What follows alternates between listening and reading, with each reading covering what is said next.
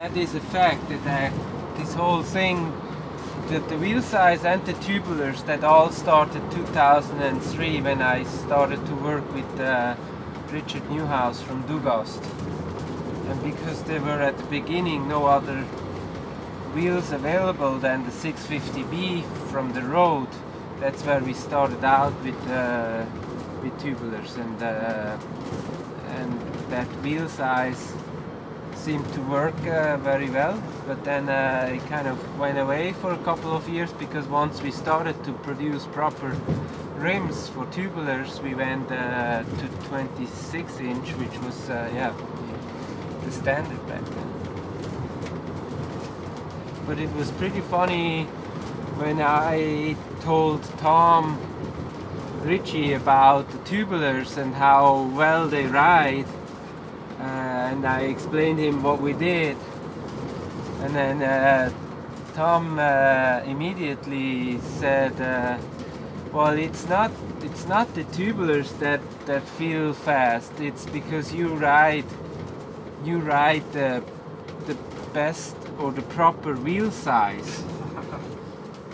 Because the wheels we are all riding, they're too small, and he explained me then the story how this all came together way back. I mean, if there is a father of 27.5 or 650B, then you go much further back than my time. There was a professor at Berkeley University in California that asked Tom to build him. Tom was back then a frame builder, and this professor asked Tom to build him a custom-made woodsy bike, they called it. That was before the name mountain bike was born. A woodsy bike was a bike that you were able to ride in the woods, you know, in the forest. So, a mountain bike. And this professor, he brought a set of wheels which were 27.5, 650B, some French aluminum rims that Tom built up, and he built the frame for it with the straight bar and everything.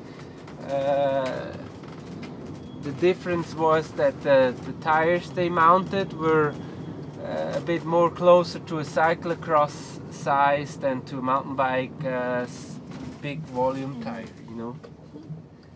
And so, but it was basically a mountain bike. And in the same year, Gary Fisher asked Tom to build him a mountain bike similar to the one that Joe Breeze built. And when he came by to Tom's house, he had Joe Breeze's mountain bike in the car, and said, you know, see, this is what we are doing.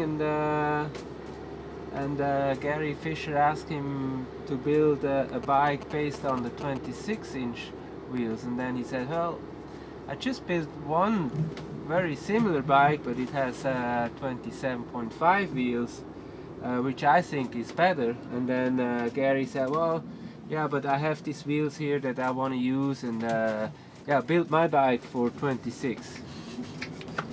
And then the word went around, and a couple other people called up Tom, hey, I hear you build a bike for Gary Fisher and Joe Breeze, and make one for me too. And at the end it was like 10 bikes that Tom built based on 26-inch wheels. And that's basically why we ended up riding 30 years long with 26-inch wheels. It was more like it had to do with availability with wheels, more than that someone actually was at the very beginning thinking what is the proper wheel size. Because Tom always said from the very beginning the proper wheel size is 27.5.